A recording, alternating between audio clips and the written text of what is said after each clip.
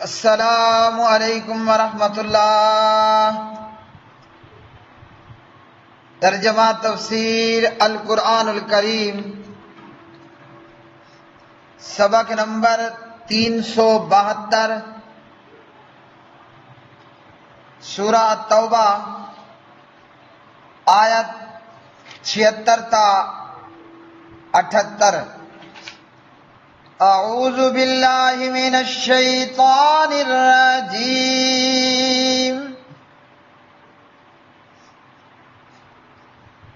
وَمِنْهُمْ مَنْ عَاهَدَ اللَّهَ لَئِنْ آتَانَا مِنْ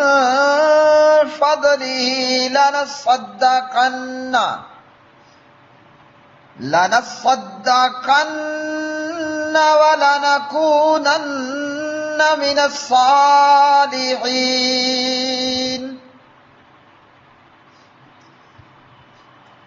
فَلَمَّا آتَاهُم مِّن فَضْلِهِ بَخِلُوا بِهِ وَتَوَلَّوْا وَهُم مُّعْرِضُونَ۔ فَأَعْقَبَهُمْ نِفَاقًا فِي قُلُوبِهِمْ إِلَى يَوْمِ يَلْقَوْنَهُ بِمَا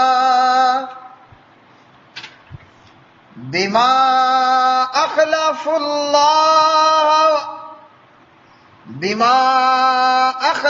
اللَّهَ مَا وَعَدُوهُ وَبِمَا كَانُوا يَكْذِبُونَ۔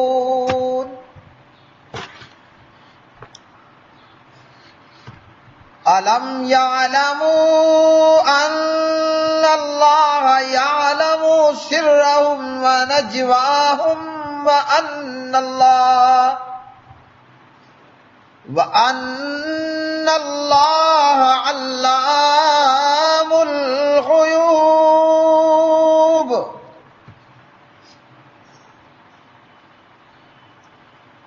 اور ان میں سے بعض وہ ہیں جنہوں نے اللہ سبحانہ و تعالی سے عہد کیا کہ یقیناً اگر اس نے ہمیں اپنے فضل سے کچھ عطا فرمایا تو ہم ضرور ہی صدقہ کریں گے اور ضرور ہی نیک لوگوں سے ہو جائیں گے۔ پھر جب اس نے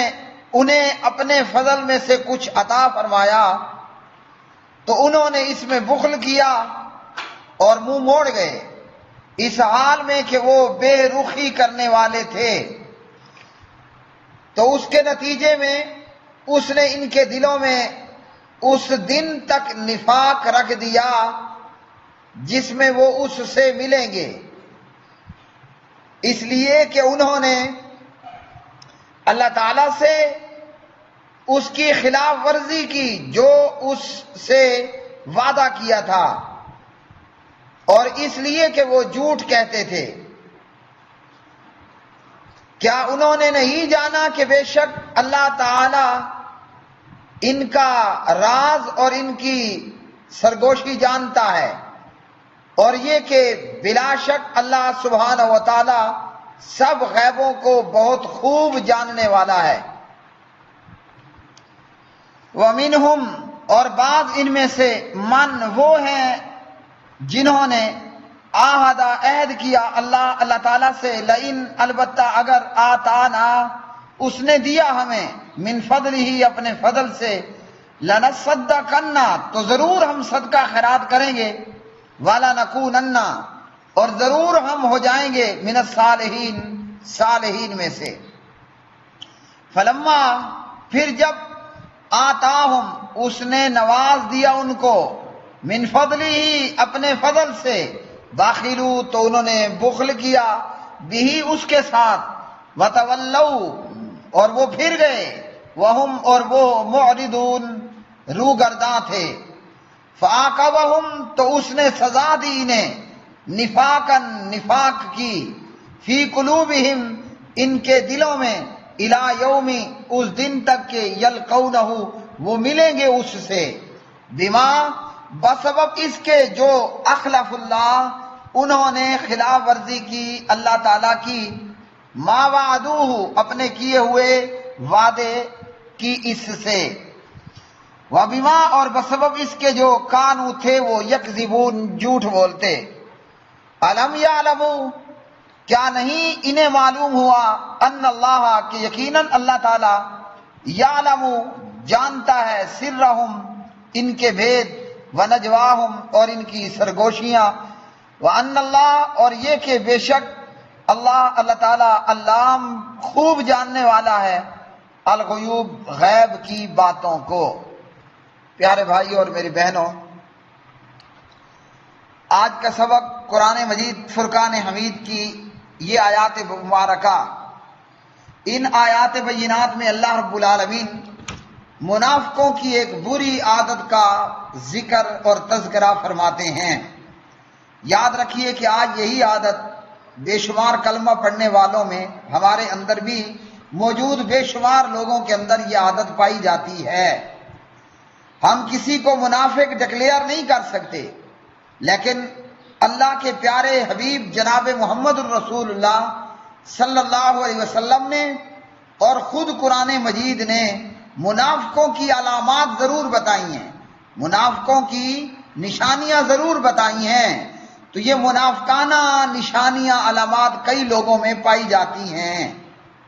جن میں سے حدیث کے مطابق کہ منافق کی 3 نشانیاں ہیں، اسی میں ایک ساتھ چوتھی بھی ہے۔ ایک یہ کہ اذا حدث کذب، منافق جھوٹ بولتا ہے، واذا وعد اخلف، منافق خلاف ورزی بھی کرتا ہے، واذا اؤتمن خان، منافق امانت میں خیانت بھی کرتا ہے، واذا خاصم فجر، منافق لفڑے کے وقت میں گالم گلوچ بھی کرتا ہے۔ اور قرآن مجید نے بھی بہت ساری منافقوں کی نشانیاں بتائیں۔ مثال کے طور پر ہم پڑھتے اور سنتے آ رہے ہیں، منافق نماز میں سستی کرنے والا ہوتا ہے۔ اچھا جی، اسی طرح منافق اللہ کی راہ میں مال نہیں خرچ کرتا ہے تو نہ چاہتے ہوئے، بوجھ اور چٹی سمجھ کر۔ اور منافق کی نشانی ہم نے پڑھی کہ منافق میدان جہاد سے پیچھے رہ جاتا ہے۔ اب یہاں اس آیت اور ان آیات بینات کے اندر، اس آیت مبارکہ میں اللہ رب العالمین نے منافقوں کی ایک عادت بیان کی ہے۔ اور بھائیو، ہمارا کام قرآن سن کر اور قرآن پڑھ کر یہ ہونا چاہیے کہ ہم فوراً قرآن پڑھ کر اور قرآن سنا کر اپنے گریبان میں نظر ڈالیں، کہیں میرے اندر تو یہ منافقانہ نشانی صفت موجود تو نہیں ہے۔ اگر موجود ہے تو اس منافقانہ صفت سے اپنے آپ کو دور رکھنے کی چنتا اور کوشش کرنی چاہیے، اور اگر نہیں موجود تو پھر اللہ سے دعا کرتے رہنا چاہیے کہ یا اللہ ہمیں منافقانہ علامات اور اعمال سے محفوظ کر کے رکھنا۔ منافقوں کی نشانی، بعض لوگوں نے یہ کہہ رکھا تھا کہ یا اللہ ہمارے پاس تو تیری راہ میں دینے کے لیے کچھ بھی نہیں ہے، اگر ہوتا نا تو ہم تو ضرور حاتم طائی بن جاتے، مطلب اگر ہمارے پلے کچھ ہوتا ہم ضرور صدقہ کرتے، خیرات کرتے، غریبوں کو کھلاتے پلاتے، یتیموں بیواؤں بے سہارا بے آسراؤں کے کام آتے۔ یہ وہ لوگ کہا کرتے تھے کہ اگر ہمارے پلے کچھ ہوتا نا ہم ضرور صدقہ خیرات کرتے، اور جب اللہ نے بہت کچھ دے دیا تو پھر بن گئے بخیل اور اللہ کی راہ میں خرچ کرنے سے منہ موڑ لیا۔ وہ ایسا ہے کچھ کہ پیارے نبی علیہ الصلوۃ والسلام کی آمد اور اسلام کی آمد سے پہلے مدینہ، جس کا پرانا نام تھا یثرب، یعنی کہ مشہور جو عام ہے بیماریوں کا گھر، تو یثرب یہ ایک ایسی بستی، ایسا شہر تھا جس کی کوئی حیثیت نہیں تھی، کوئی ویلیو اس کی نہیں تھی۔ لیکن جناب نبی رحمت حضرت محمد الرسول اللہ صلی اللہ علیہ وسلم کی تشریف آوری کے بعد یہ یثرب، پہلے تو یثرب سے مدینہ بنا، مدینہ طیبہ، مدینہ طابہ، بڑی پاک سرزمین بنی، بیماریوں کا گھر بھی تھا، لوگ آتے، یہاں کے لوگ بیمار ہو جاتے، یا باہر کا پردیسی آتا بیمار ہو جاتا، تو نبی علیہ السلام کی تشریف آوری سے یہ یثرب سے مدینہ طیبہ، مدینہ طابہ قرار پایا۔ اور آپ نے دعا فرمائی اے اللہ یہاں سے بخار بیماری کو دور بھگا دے، دور نکال دے۔ تو یہاں نبی علیہ السلام کی جب تشریف آوری ہوتی ہے، یہ شہر، یہ شہر، یہ بستی عالم انسانیت میں رتبہ اور مقام پا گئی، اور پھر اس شہر کو اللہ نے یہ اعزاز بخشا کہ یہاں جناب تجارت کا دائرہ کار وسیع ہو گیا۔ ایک یہ، دوسرا مال غنیمت کی وجہ سے بھی مدینے میں رہنے والے لوگ، ان کے مالی حالات بھی درست ہوئے، اور بڑے بڑے کنگال قسم کے لوگ بہت عالی شان مالدار بن گئے۔ اور جن لوگوں نے کہہ رکھا تھا نا کہ یا اللہ ہمارے پاس اگر ہوتا نا خرچ کرنے کے لیے ہم ضرور صدقہ کرتے، میں سیمپل دے رہا ہوں، مطلب کہ میرے پاس اگر خرچ کرنے کو ہوتا تو میں جناب حاتم طائی بن جاتا، بہت خرچ کرنے والا ہوتا۔ لیکن جب یہ لوگ مالدار ہوئے تو یہ احسان فراموش ہو گئے، اور پھر کیا ہوا کہ جناب یہ بخل کرنے لگے، اور اللہ کی راہ میں خرچ کرنے سے ان لوگوں نے منہ موڑ لیا۔ نتیجہ کیا ہوا؟ نتیجہ یہ ہوا کہ ان لوگوں کے بیچ میں نفاق ڈال دیا گیا، اور یہ قیامت تک کے لیے۔ آج بھی کئی کلمہ پڑھنے والے ہیں، اللہ کی راہ میں مال خرچ کرنا ہو تو جناب ابھی تو یکم نہیں ہے، میری جیب خالی ہے، میرے پاس خرچ کرنے کو کچھ نہیں۔ بہت سے کلمہ پڑھنے والے ہیں زکوٰۃ تک ادا نہیں کرتے، بہت سے کلمہ پڑھنے والے ہیں اللہ کی راہ میں خرچ نہیں کرتے، اور شیطان کی راہ میں دھڑا دھڑ خرچ کرنے والے ہوں گے۔ ان کی صورتحال کچھ یہ ہوتی ہے کہ الشیطان یعیدکم الفقر، شیطان کہتا ہے میاں اگر اللہ کی راہ میں خرچ کیا تو خود فقیر ہو جاؤ گے، خود تم جناب مسکین ہو جاؤ، تمہارے اپنے حالات برے ہو جائیں گے۔ اور دوسری طرف وَيَأْمُرُكُمْ بِالْفَحْشَاءِ، شیطان بے حیائی اور برائی کے کاموں میں دھڑا دھڑ خرچ کرواتا ہے۔ تو اللہ سبحانہ و تعالیٰ نے ان لوگوں کے دلوں کے اندر پھر نفاق ڈال دیا، اور یہ لوگ اسلام سے دور رہے۔ بعض مفسرین نے اس آیت کا شان نزول بتایا ہے ثعلبہ بن حاطب کے حوالے سے، جبکہ حضرت ثعلبہ بدری صحابی ہیں رضی اللہ تعالی عنہ وارضاہ، اور جو قصہ بیان کیا جاتا ہے یہ قصہ سرے سے ثابت ہی نہیں ہے، اور اس کی کوئی صحیح سند نہیں ہے۔ امام ابن حزم رحمہ اللہ فرماتے ہیں کہ یہ بالکل گڑنتو باطل قصہ ہے، لیکن وہ قصہ بیان یہ کیا جاتا ہے کہ حضرت ثعلبہ نے نبی علیہ الصلوۃ والسلام سے دعا کے لیے کہا،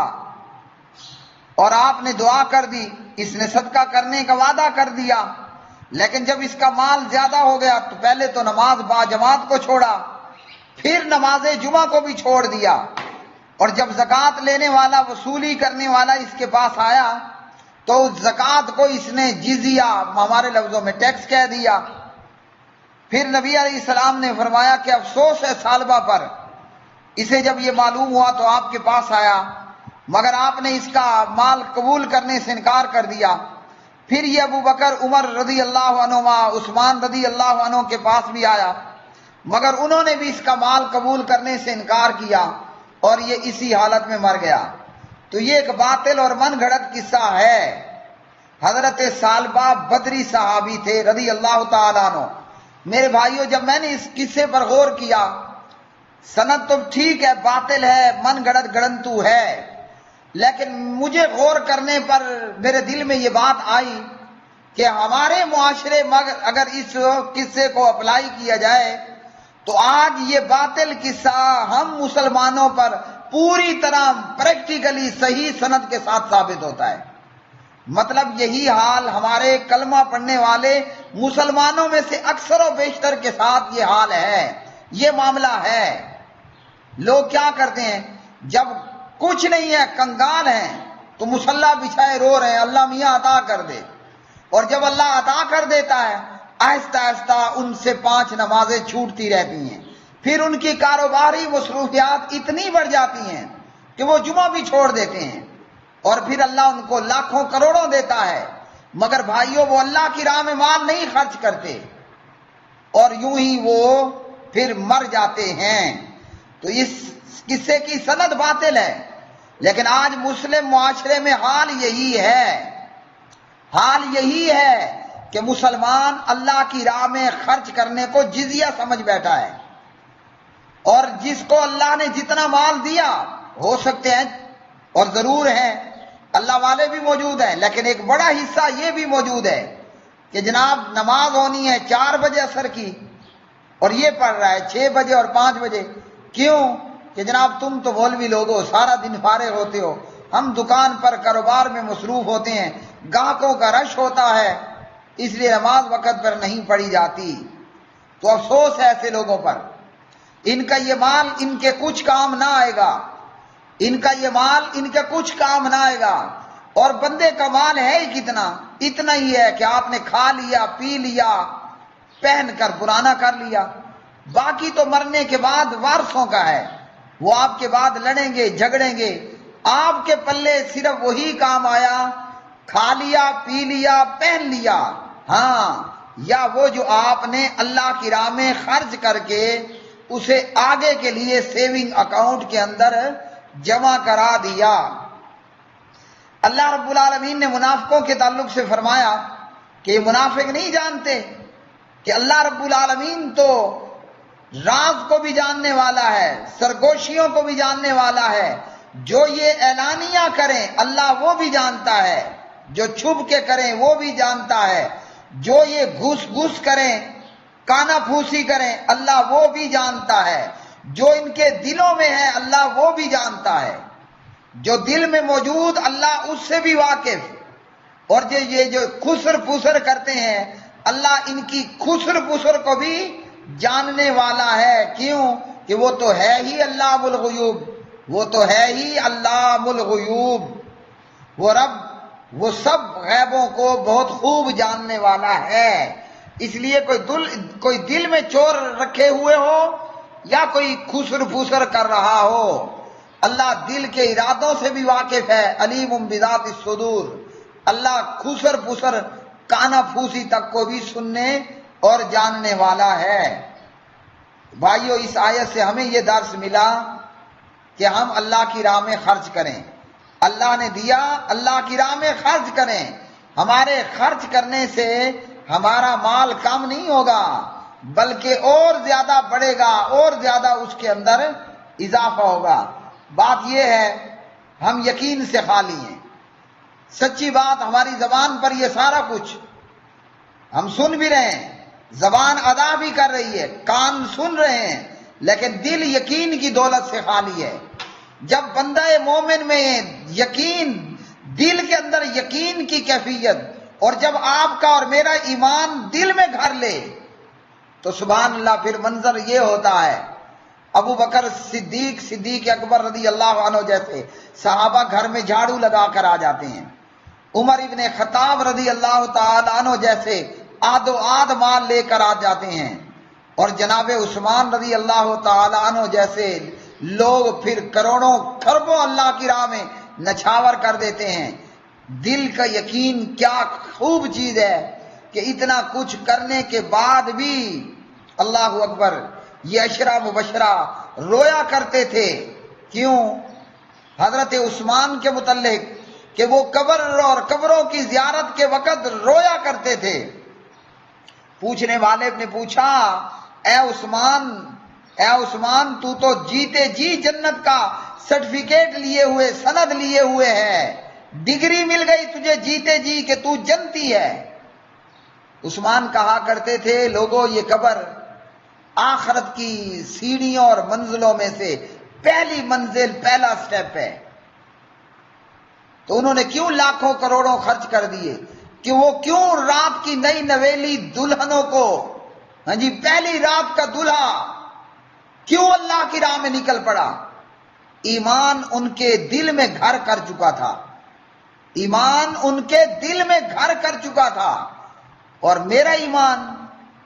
میرا ایمان تو انتہائی زنگ آلود، میرے ایمان پر تو مکڑی کے جالے ہیں، اس لیے ہم بول دیتے ہیں، سن لیتے ہیں، مگر بات ہمارے دل کو ٹچ نہیں کرتی۔ اللہ رب العالمین سے دعا ہے کہ پاک پروردگار اپنی خاص خاص رحمت سے اللہ سبحانہ و تعالیٰ کو اس کے پیارے پیارے ناموں کا اور اس کی پیاری پیاری صفات کا واسطہ اور وسیلہ ہے،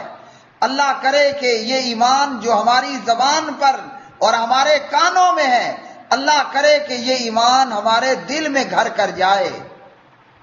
وآخر دعوانا ان الحمد للہ رب العالمین۔